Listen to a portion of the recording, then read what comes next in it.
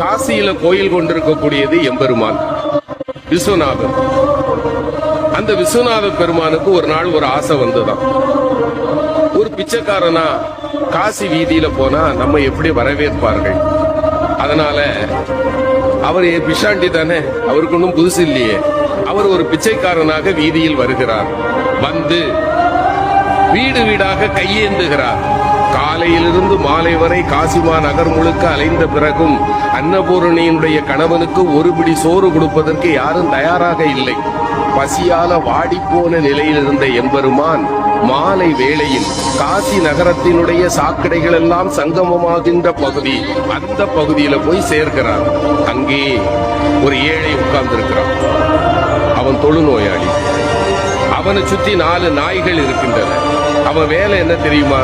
காலையிலிருந்து சாயங்காலம் வரைக்கும் எங்கெங்கெல்லாம் அலைய முடியுமோ அலைஞ்சு அவனுக்கு உணவை கொண்டு வருவான். 5 பங்கு வைப்பான். தன்னை சுற்றி இருக்கிற 4 நாய்களுக்கு 4 பங்கு, 5வது இவனுக்கு. அப்படி 4 நாய்களுக்கும் கொடுத்து விட்டு இவன் சாப்பிட போகும்போது சிவபெருமான் போய் கை நீட்டினான். பசிக்குதுப்பான்னா.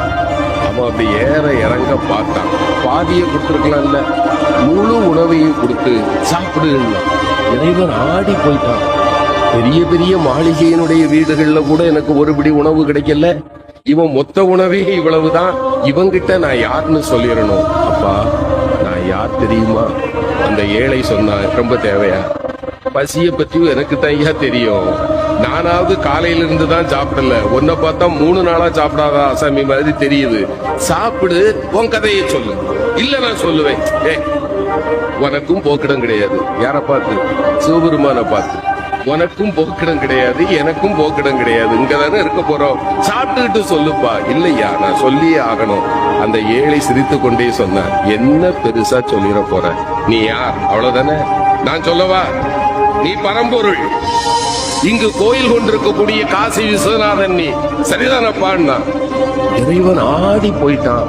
ஞானிகளாலும் கண்டுகொள்ள முடியாத என்னை மகனே நீ எப்படிப்பா கண்டுகொண்டாயின்னார். அந்த ஏழை சொன்னா, இந்த ஊர்ல யாருமே என்ன மனுஷனா பார்க்க மாட்டாங்க ஐயா. என்ன பார்த்தா 100 அடி தள்ளி போயிடுவாங்க. ஆனால் என்னைக்கு சமமாக அமர்ந்து அழுகி போன என் கையில் இருக்கிற உணவை கூட உண்பதற்கு ஒருவன் கையேந்துவான் என்றால் என் கருணை கடலே, உன்னை தவிர வேறு யாரால் ஐயா இது முடியும்? நீ என் முன்னே வந்து அமர்ந்த போதே நான் கண்டுகொண்டேன் நீ யார் என்று. எம்பெருமான் அவன் கையை பிடிச்சான்.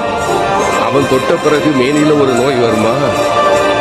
அவன் கையை பிடித்து கொண்டு சொன்னான், மகனே ஏன் நான் உன்னை தேடி காட்சி கொடுக்க வந்தேன் தெரியுமா?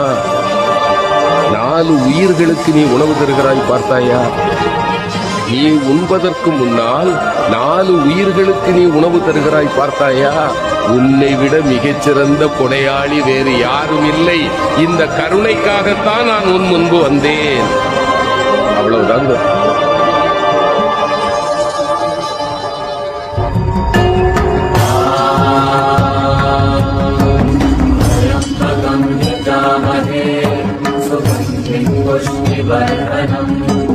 पूर्वारुकमिव बन्धनान् विद्युर्मुक्षीयमामृता